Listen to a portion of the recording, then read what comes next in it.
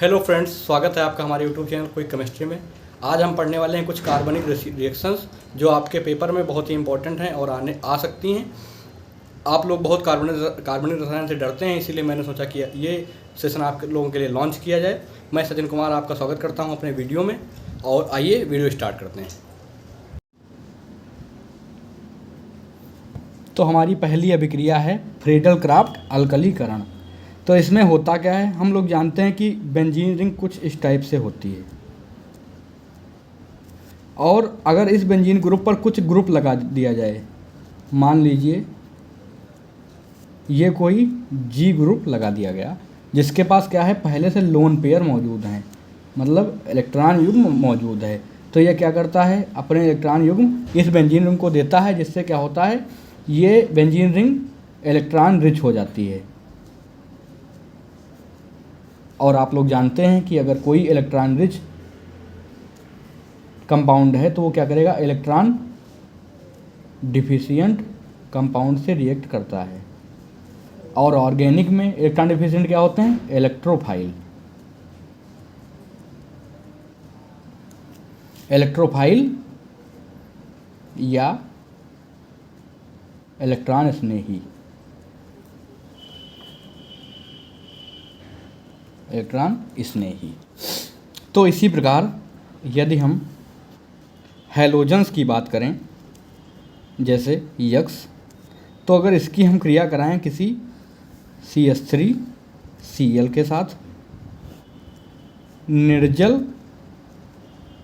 AlCl3 की उपस्थिति में, तो होता क्या है कि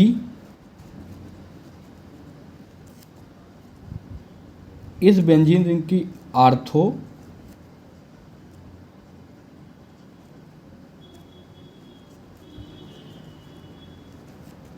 व पैरा पर CH3 ग्रुप आकर लग जाता है।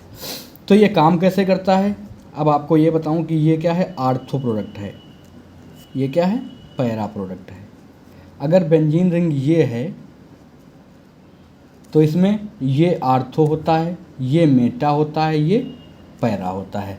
तो आप लोगों को बता दूं, अगर कोई इलेक्ट्रॉन डोनेट करने वाला ग्रुप है, इलेक्ट्रॉन डोनेटिंग ग्रुप, मतलब जिसके पास पहले से लोन पेयर प्रेजेंट हैं, या फिर प्लस एम वाला ग्रुप है, तो वो क्या करता है, आर्थो और पैरा दो पर अपनी इलेक्ट्रॉन डेंसिटी को सबसे ज़्यादा बढ़ाता है। मतलब अगर हम बात करें कि अगर कोई इलेक्ट्रॉन डोनेटिंग ग्रुप हो तो बेंजीन रिंग में आर्थो और पैरा जो ग्रुप होंगे वहाँ पर इलेक्ट्रॉन डेंसिटी सबसे ज़्यादा होगी। इसीलिए क्या हुआ है, अब चूंकि CH3Cl और AlCl3 को जब मिलाया जाता है तो क्या बनता है, CH3 प्लस और प्लस AlCl4 माइनस। और ये क्या है, एक इलेक्ट्रोफाइल है, मतलब कि इलेक्ट्रॉन डिफिशिएंट है, मतलब इसको इलेक्ट्रॉन की ज़रूरत है। इसीलिए CH3 प्लस पर बेंजीन रिंग अटैक होती है। और जब बेंजीन रिंग अटैक होती है तो हम जानते हैं कि बेंजीन रिंग का वो हिस्सा अटैक करेगा जो ज़्यादा इलेक्ट्रॉन रिच है। और ज़्यादा इलेक्ट्रॉन रिच कौन सा है, ये पैरा है, ये आर्थो है, ये दोनों इलेक्ट्रॉन रिच हैं कंपेरेटिवली मेटा के। इसीलिए आर्थो और पैरा ने अटैक किया। अब बात करें कि इन दोनों में से मेजर प्रोडक्ट या फिर मुख्य उत्पाद कौन सा होगा, तो मैं आप लोगों को बता दूं कि मुख्य उत्पाद पैरा बनता है। वो क्यों, क्योंकि अगर हम बात करें हैलोजन्स की, तो हैलोजन क्या करते हैं, अपना -I भी दर्शाते हैं। और आर्थो पर अगर हम कोई ग्रुप लगा दें, इलेक्ट्रोफाइल E, और पैरा पर लगा दें, तो यहाँ पर इलेक्ट्रॉन डेंसिटी कम हो रही है, क्योंकि -I जो होता है वो डिस्टेंस अर्थात दूरी पर डिपेंड करता है। और दूरी पर डिपेंड करने के कारण यहाँ पर जो इलेक्ट्रॉन डेंसिटी है ये घट जाती है कंपैरेटिवली पैरा के। इसीलिए पैरा जो है वो मुख्य उत्पाद है और जो आर्थो है वो माइनर उत्पाद है। तो यह हो गया आपका फ्रेडल क्राफ्ट अल्कलीकरण। इस पर बहुत सारे सवाल आए हुए हैं। अब मैं आपको एक अच्छा सा एग्जांपल देता हूँ। अगर हम क्लोरोबेंजीन की क्रिया मिथाइल क्लोराइड CH3Cl से कराएं किसकी उपस्थिति में, निर्जल AlCl3 की उपस्थिति में, तो क्या होगा, आर्थो प्रोडक्ट बनेगा और पैरा प्रोडक्ट बनेगा। पैरा क्या होगा? मुख्य होगा, जैसा कि मैंने अभी आपको ऊपर बताया। अब बात करूं हैलोजन्स की, तो ये यक्स हैं। यक्स क्या होते हैं? FCl, Br, I, ये सब दर्शा सकते हैं। बस यफ क्या होता है? बहुत ज़्यादा रिएक्टिव होता है, इसलिए इसके रिएक्ट करने से विस्फोट हो सकता है, इसलिए फ्लोरीन को कंसीडर नहीं करते हैं। बाकी तीन यह रिएक्शन दर्शा सकते हैं।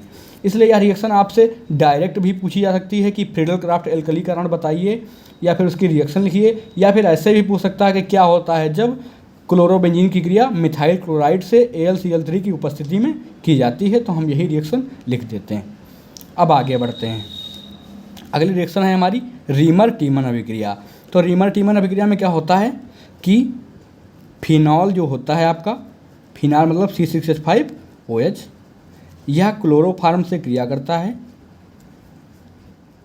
KOH की उपस्थिति में। तब ये क्या होता है कि OH के आर्थो और पैरा में CHO जुड़ जाता है। यह रीमर टीमन अभिक्रिया है।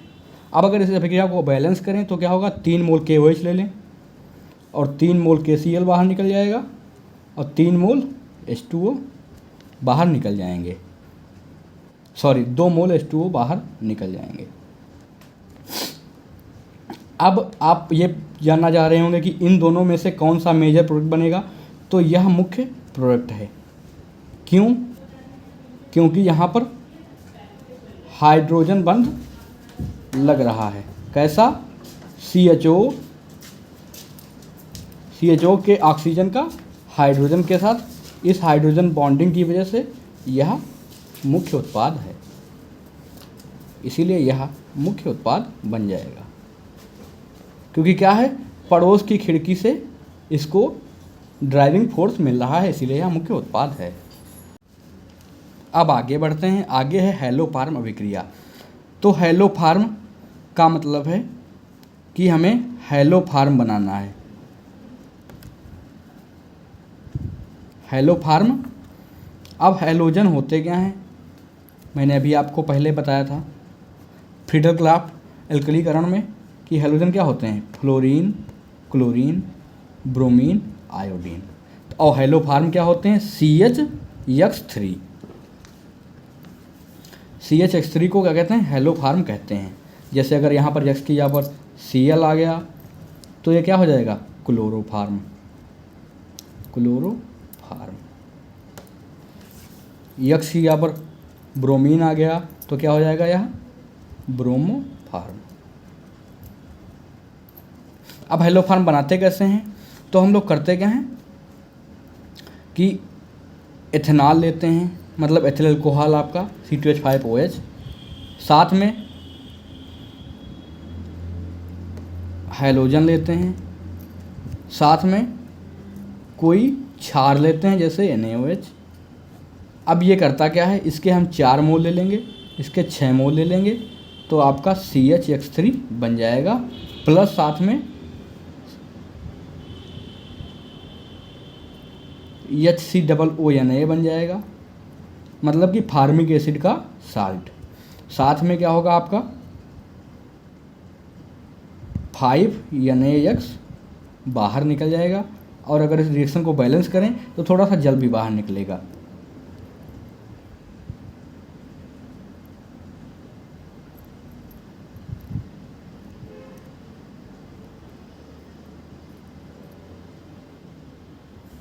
पाँच मोल आपके जल के बाहर निकल जाएंगे। अब यहीं पर अगर हम क्लोरीन ले लें यक्स की यहाँ पर, तो क्या हो जाएगा? 4 chlorine plus 6 NaOH CHCl3 plus HCOONA plus 5 मोल NaCl प्लस 5 मोल H2O। यह क्या है? क्लोरोफार्म। अब आपको आपकी जानकारी के लिए बता दूं कि यह हैलोफार्म जो है रिएक्शन, यह क्या करती है? कार्बन चेन को कम कर देती है। कार्बन चेन को कम करने के लिए प्रयोग की जाती है।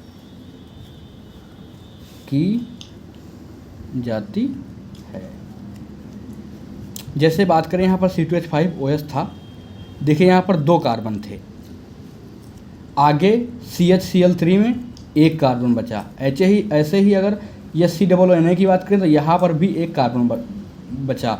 तो ये क्या हुआ, 2 कार्बन का यौगिक 1 और 1 में टूट गया। तो देखिए क्या हुआ, कार्बन की संख्या कम हो गई, 2 से 1 हो गई। इसीलिए यह क्या है, कार्बन चेन को कम करने के लिए इसका प्रयोग किया जाता है। जो आपके कन्वर्जेंस आते हैं कि कैसे प्राप्त करोगे, क्या होता है जब, इन सब में। अब आगे बात करते हैं टालन परीक्षण की। तो टालन परीक्षण टॉलन अभिकर्मक के द्वारा किया जाता है। टालन अभिकर्मक, टॉलन अभिकर्मक होता क्या है, इसे Ag2O कहते हैं। जो सिल्वर होता है वही Ag2O। अब अगर बात करें फेलिंग विलयन की, फेलिंग विलयन, तो फेलिंग विलयन होता है CuO।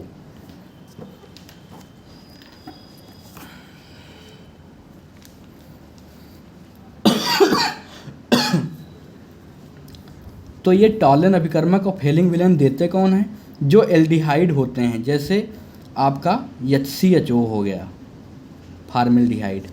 अब अगर इसकी क्रिया फेलिंग विलयन या फिर टॉलन अभिकर्मक के साथ करा दें, Ag2O, तो ये क्या करता है, एसिड बना देता है HCOOH और प्लस 2 मोल Ag प्रेसिपिटेट के रूप में बाहर निकल जाता है, अवक्षेप के रूप में, जिसे काला दर्पण भी कहा जाता है।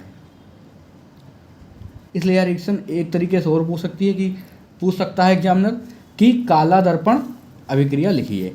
तो आप यही अभिक्रिया लिख देंगे। यह क्या है, फार्मेल्डिहाइड है, फार्मेल्डिहाइड। यह क्या है, formic acid, formic acid.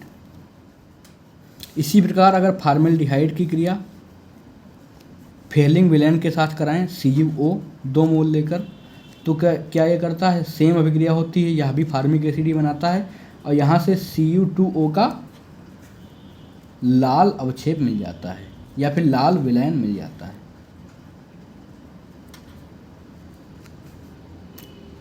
Formic acid. अब चूंकि ये रिएक्शन क्या है, साफ साफ दिख रहा है कि काला दर्पण और लाल विलयन बनेगा, तो इसे हम यह भी कह सकते हैं कि यह प्रयोगशाला में यौगिकों में भेद करने के लिए प्रयुक्त की जा सकती है। अर्थात कई बार आपके पेपर में ये भी पूछा गया है कि बताइए कि फार्मेल्डिहाइड और एथेनॉल अर्थात एथिल अल्कोहल में ऐसे परीक्षण बताइए जिसका प्रयोग करके हम प्रयोगशाला में इनको अलग अलग भेद कर सकते हैं। मतलब हम कैसे पहचानेंगे कि एथिल अल्कोहल अलग है और फार्मेल्डिहाइड अलग है, तो हम इसी अभिक्रिया का प्रयोग करेंगे। एथिल अल्कोहल इसके साथ कोई रिएक्शन नहीं देगा, जबकि फार्मेल्डिहाइड इसके साथ फार्मिक एसिड बनाएगा। अब आगे बढ़ते हैं हाफमैन ब्रोमोएमाइड अभिक्रिया की। तो इस अभिक्रिया में क्या होता है, जो अमाइड होता है, अमाइड को हम एमीन में इस अभिक्रिया के द्वारा परिवर्तित कर सकते हैं। एमाइड क्या होता है आप लोग जानते होंगे, RCONH2 को एमाइड कहा जाता है और एमीन क्या होती है, RNH2 अमीन होती है। तो इस अभिक्रिया में करते क्या हैं, RCONH2 लिया जाता है, इसकी क्रिया हम लोग ब्रोमीन से या किसी भी हैलोजन से कराते हैं, साथ में NaOH लेते हैं। तब ये यहाँ होता क्या है कि RNH2 बन जाता है प्लस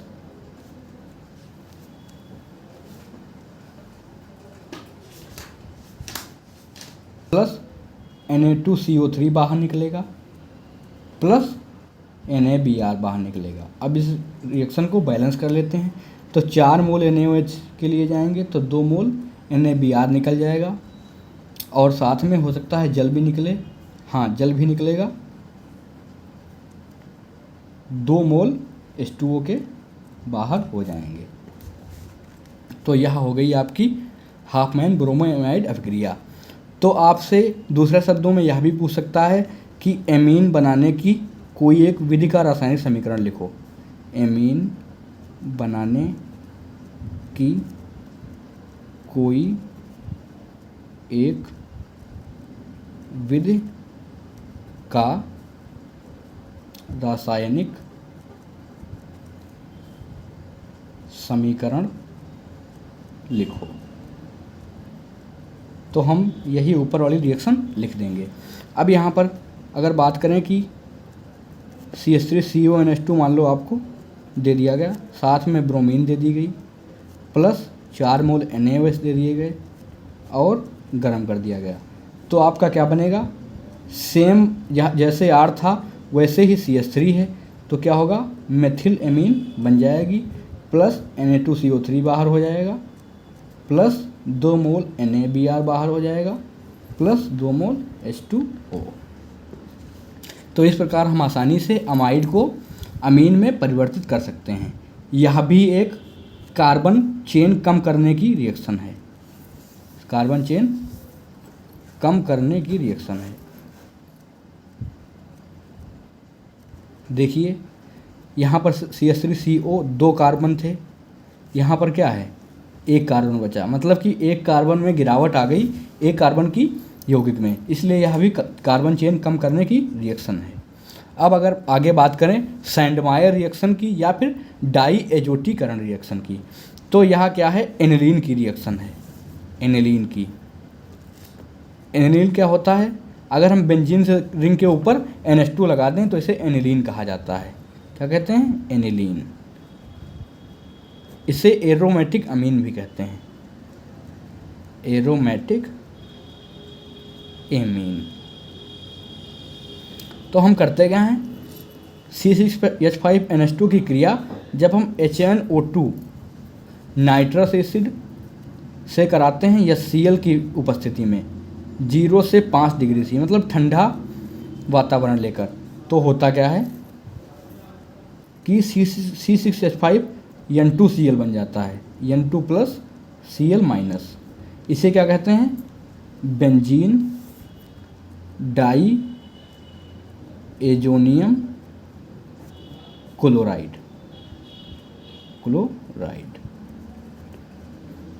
यह क्या है? बहुत ही अनस्टेबल कंपाउंड होता है, तो अगर इसको गर्म कर दें वाटर के प्रेजेंस में तो क्या होता है? फिनाल बन जाता है। वाटर का OH लग जाता है, यहाँ पर N2 बाहर हो जाती है या Cl बाहर हो जाता है। इसी प्रकार अगर हम इसी बेंजीन डाइएजोनियम क्लोराइड की क्रिया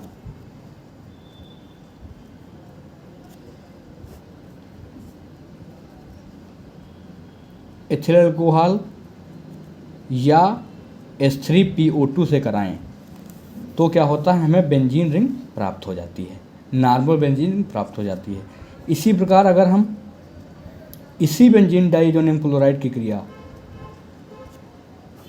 CuCl HCl की प्रेजेंस में कराएं तो हमें नॉर्मली क्लोरोबेंजीन मिल जाएगी और N2 गैस बाहर निकल जाएगी। अगर हम यहीं पर CuCl की जगह पर CuBr/HBr ले लें तो इसका प्रोडक्ट क्या बनेगा? ब्रोमोबेंजीन। तो यह आपकी बहुत ही इंपॉर्टेंट रिएक्शन है, इस पर काफ़ी सारे सवाल आ चुके हैं, हो सकता है इस बार भी ये रिएक्शन आए, इसलिए आप लोगों को ये रिएक्शन कंठस्थ कर लेनी चाहिए। अब बात करते हैं कैंडिजारो अभिक्रिया की। तो यह 2016, 17, 18, 19, 20 इन सभी सालों में किसी ना किसी पेपर में ज़रूर आई हुई है। बहुत ही इंपॉर्टेंट रिएक्शन है, पास होने वालों की दृष्टि से बहुत ही इंपॉर्टेंट है। तो कैंडिजारो अभिक्रिया वे यौगिक देते हैं जिनके पास अल्फा हाइड्रोजन प्रेजेंट नहीं होते, अल्फा हाइड्रोजन अब्सेंट। अल्फा का मतलब है कि जो CHO का फंक्शनल ग्रुप है, मान लीजिए CHO है, जो यहाँ पर ये कार्बन लगा हुआ है इस पर कोई हाइड्रोजन ना हो, जी जी जी, मतलब ये जी कोई भी ग्रुप हो सकता है लेकिन हाइड्रोजन ना हो, तब यह कैनिजारो अभिक्रिया होगी। जैसे अगर बात करें HCHO की, तो आप लोग देख रहे होंगे कि इसमें कोई भी अल्फा हाइड्रोजन नहीं है। तो अगर HCHO की क्रिया NaOH से कराएं 50% NaOH से, तो यह करता क्या है, अपना ऑक्सीकरण कर देता है और साथ में अपना अपचयन कर देता है। HCHO है, HCOOH में कन्वर्ट हो गया, तो यह क्या हो गया आपका ऑक्सीकरण, ऑक्सीकरण, और यही HCHO CH3OH में कन्वर्ट हो गया, तो यह क्या हो गया आपका अपचयन। तो यह ऑर्गेनिक की एकमात्र रिएक्शन है जिसमें ऑक्सीकरण और अपचयन दोनों अभिक्रियाएं एक साथ हो रही हैं। तो अच्छा एग्जामिनर अगर होगा तो आपसे ये भी पूछ लेगा कि ऐसी रिएक्शन का नाम लिखिए जिसमें ऑक्सीकरण व अपचयन दोनों अभिक्रियाएं एक साथ हो रही हों, तो आप यह बताएंगे कि कैनिजारो अभिक्रिया में ऑक्सीकरण व अपचयन एक साथ होते हैं। अब इसका नाम आप पहले से जानते हैं, फार्मिक एसिड है, और ये मेथिल अल्कोहल है, मेथिल अल्कोहल। अब आगे बात करते हैं कार्बिल एमीन अभिक्रिया की। तो यह भी बहुत ही इंपॉर्टेंट रिएक्शन है। पहले तो मैं ये बता दूं कि कार्बिल एमीन है क्या। कार्बिल एमीन है क्या, ये RNC होता है। RNC मतलब आइसोसाइनाइड, आइसोसाइनाइड। तो कार्बिल एमीन अभिक्रिया की सहायता से हम लोग आइसोसाइनाइड का फॉर्मेशन करते हैं या फिर निर्माण करते हैं। तो इस अभिक्रिया में क्या करते हैं हम लोग, RNH2 मतलब कोई भी एमीन ले लेते हैं, उसकी क्रिया क्लोरोफॉर्म से कराते हैं और साथ में NaOH या फिर KOH ले लेते हैं। तो अब ये करता क्या है, आइसोसाइनाइड दे देता है, प्लस 3 मोल NaCl बाहर हो जाता है, तो हम 3 मोल NaOH ले लेंगे, प्लस 3 मोल H2O बाहर हो जाता है। यह क्या है, आइसोसाइनाइड है, आइसोसाइनाइड या कार्बिल अमीन। यह भी बहुत ही इंपॉर्टेंट रिएक्शन है आपकी एग्जाम की दृष्टि से। तो इसी प्रकार अगर हम इथाइल अमीन ले लें C2H5NH2 प्लस इसकी क्रिया कराएं क्लोरोफॉर्म से NaOH की प्रेजेंस में, तो करती क्या है, ये C2H5ENC बना देगी। इथाइल आइसोसाइनाइड प्लस 3 मोल NaCl बाहर हो जाएंगे, प्लस 3 मोल H2O बाहर हो जाएगा। अब आगे बात करते हैं अन्य रिएक्शन की, जो अभी मैं आगे आपको कराने वाला हूँ। इसमें एमीन का एसिलीकरण है। तो आपको सबसे पहले ये बता दूं कि एसिलीकरण क्या होता है। अगर हम किसी यौगिक की क्रिया कराएं, मान लीजिए ये आपका कोई अमीन है, इसकी क्रिया हम CH3COCl या CH3CO का होल ट्वाइस O से कराएं, तब यह अभिक्रिया एसिलीकरण कहलाएगी। एसिलीकरण या एसिलन, एसिलन। तो हम आगे देखेंगे एमीन का एसिलीकरण। बहुत बार ये रिएक्शन पूछी जा चुकी है बोर्ड परीक्षा में।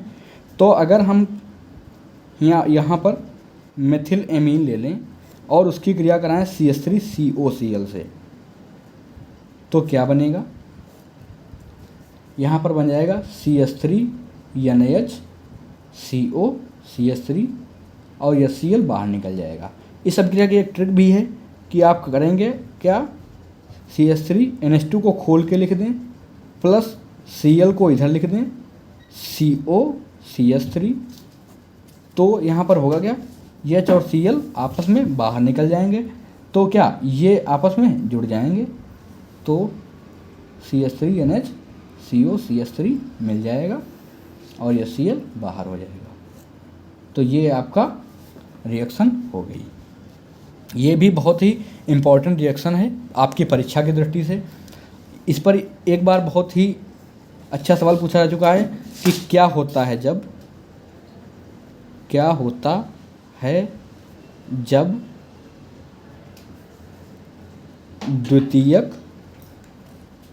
द्वितीयक एमीन की क्रिया एसिल क्लोराइड से कराते हैं। तो होगा क्या, द्वितीयक अमीन आपकी क्या होती है कि आपके नाइट्रोजन से 2 कार्बन जुड़े हों। जैसे ये नाइट्रोजन है, इससे मान लो 2 कार्बन हमने जोड़ दिए, बाकी का एक हाइड्रोजन, क्योंकि नाइट्रोजन की वैलेंसी क्या होती है, 3 होती है। अब इसकी क्रिया कराएं हम CH3COCl से, तो हमने इसको उल्टा लिख दिया, तो हम क्या करेंगे 20 से HCl को बाहर कर देंगे, तो आपका क्या प्रोडक्ट मिल जाएगा, CH3N CH3 CO CH3। ये आपका उत्पाद हो गया। बहुत ही इंपॉर्टेंट रिएक्शन है, आप लोगों को जरूर समझनी चाहिए। अब आगे बढ़ते हैं क्लीमेंसन अपचयन व उल्फक्रिश्नर अभिक्रिया पर। तो आप लोगों को बता दूं, इन दोनों रिएक्शन की खास बात यह है कि ये रिएक्शन किसी CO ग्रुप को CH2 ग्रुप में कन्वर्ट करने के लिए काम में आती हैं। मतलब मान लीजिए कोई कीटोन या अल्डिहाइड ग्रुप है,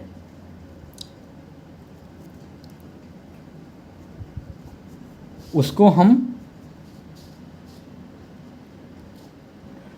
एल्केन में बदल सकते हैं इन दोनों अभिक्रियाओं की सहायता से। तो अब बात करें क्लीमेंसन अपचयन की। तो क्लीमेंसन अपचयन में होता क्या है, मान लीजिए आपका कोई कीटोन है, जैसे मान लीजिए मैंने एसीटोन ले लिया। अब इसकी क्रिया हमने क्या करी, ZnHg(HCl) से करा दी। ये जिंक अमलगम है, साथ में HCl लिया गया है, तो ये करेगा क्या, CH3CH2CH3 में कन्वर्ट कर देगा। यही क्या है, क्लीमेंसन अपचयन है। ये क्या है, क्लीमेंसन अभिकर्मक है।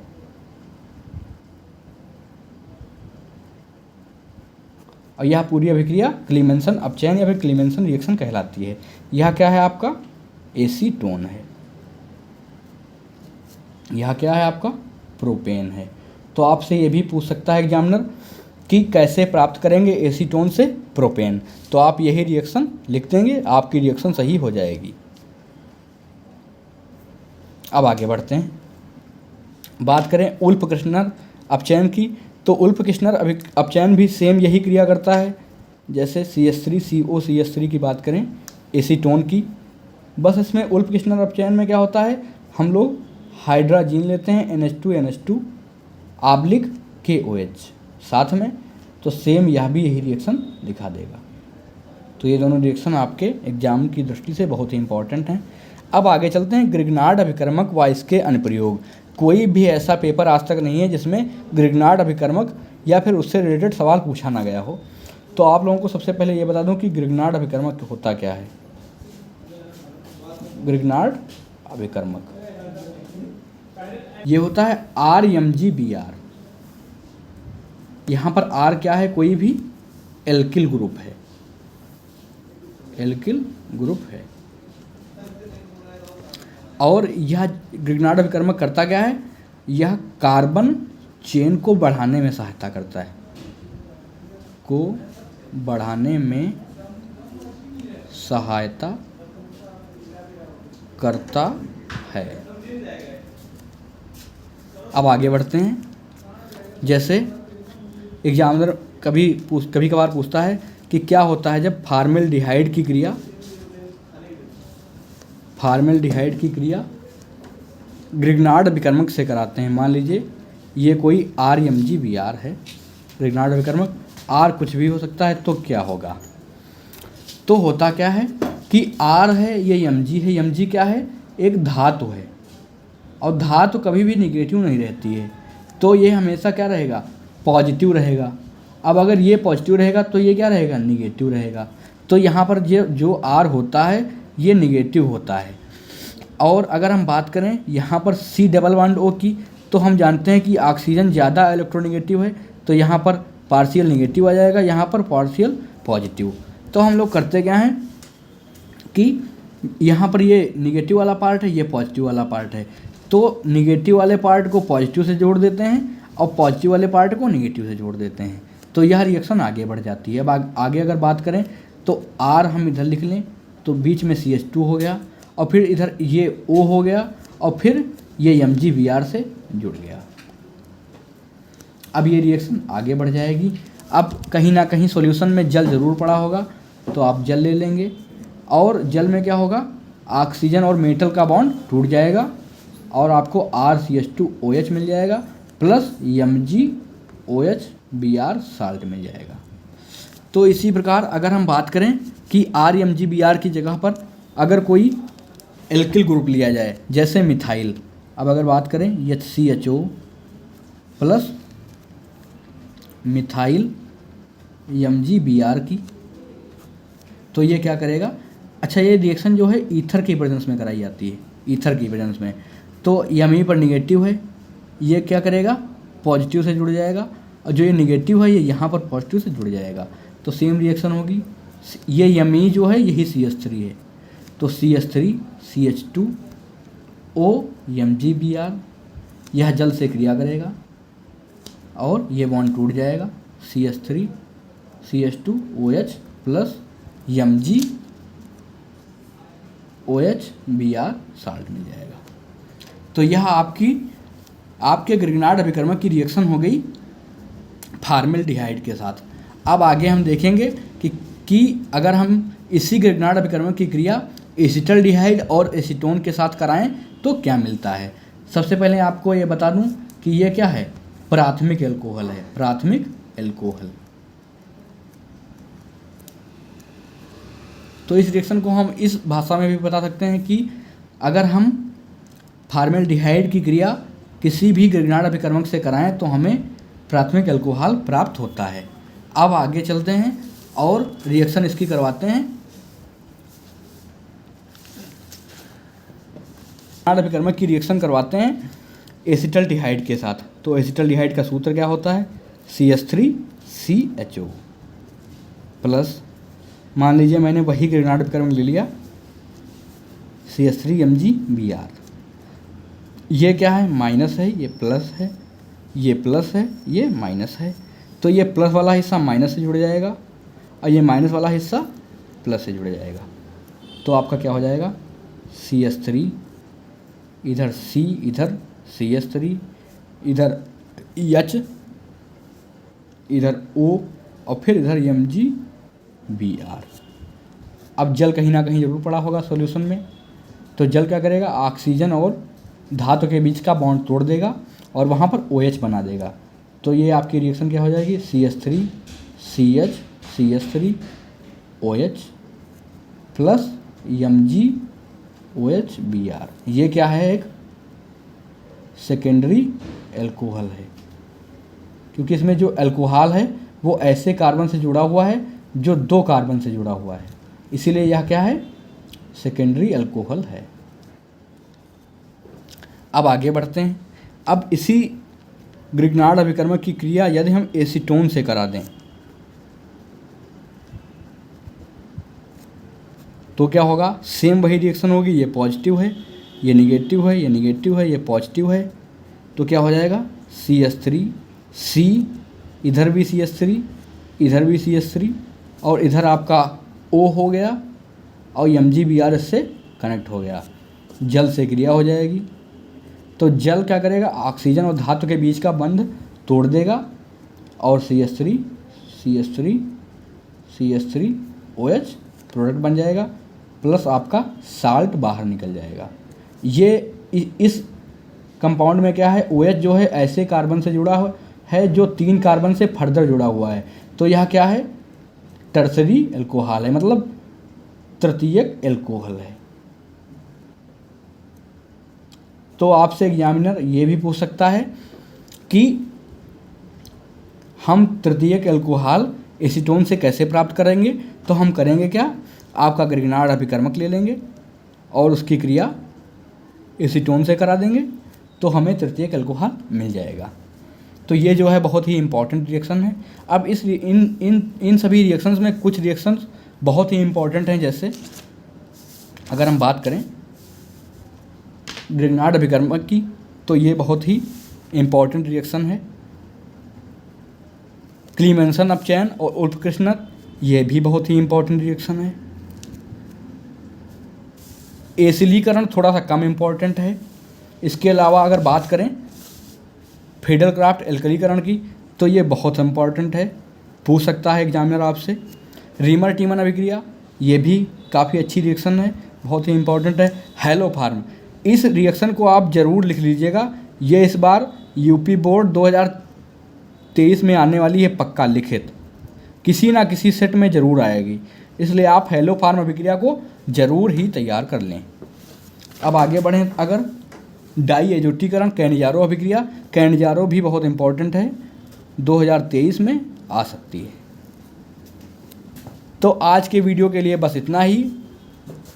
जो लोग नए हैं वो चैनल को सब्सक्राइब करें, जो लोग पुराने हैं वो चैनल को शेयर करें, और ऐसे ही फर्दर अच्छी वीडियोस को पाने के लिए चैनल को लाइक करें और अपने ज़्यादा से ज़्यादा दोस्तों में शेयर करें। हमारे वीडियो को देखने के लिए धन्यवाद। थैंक्स।